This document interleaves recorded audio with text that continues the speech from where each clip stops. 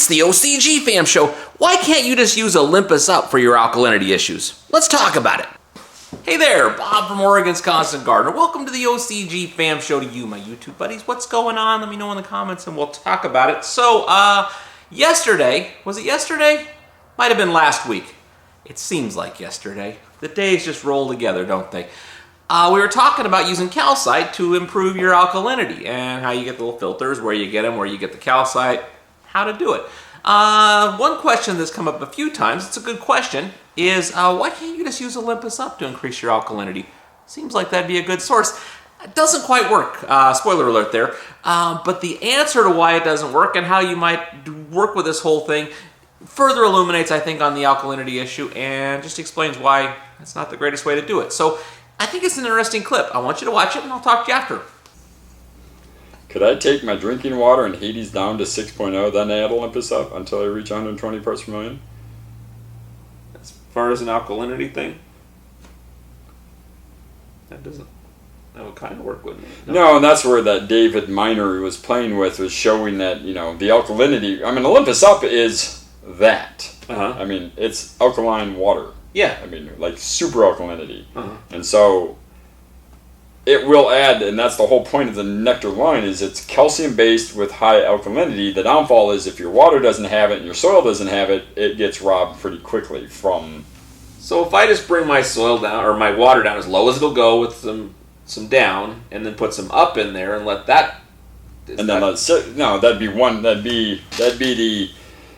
the making lava at home with baking soda and vinegar concept. So it will work, it will do its thing. Long term, you might have some residual phosphates that are going to become an issue from too much pH down being used.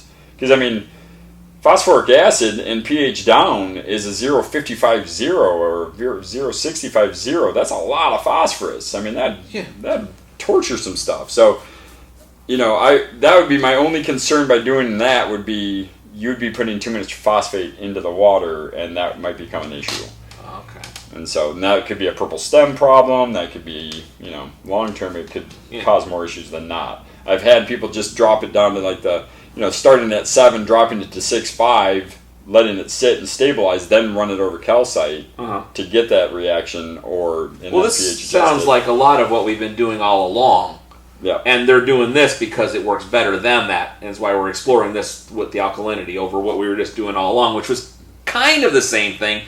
But well, until we realized how different everybody's water source is, it became way more apparent that, oh shoot, we need to really kind of look at this at a bigger picture, because I mean, my water in this office compared to the water across the street in that garage and your home water, there's 3 different water sources. So there isn't a blanket that we can just put on all of them and say, okay, you're all the same now.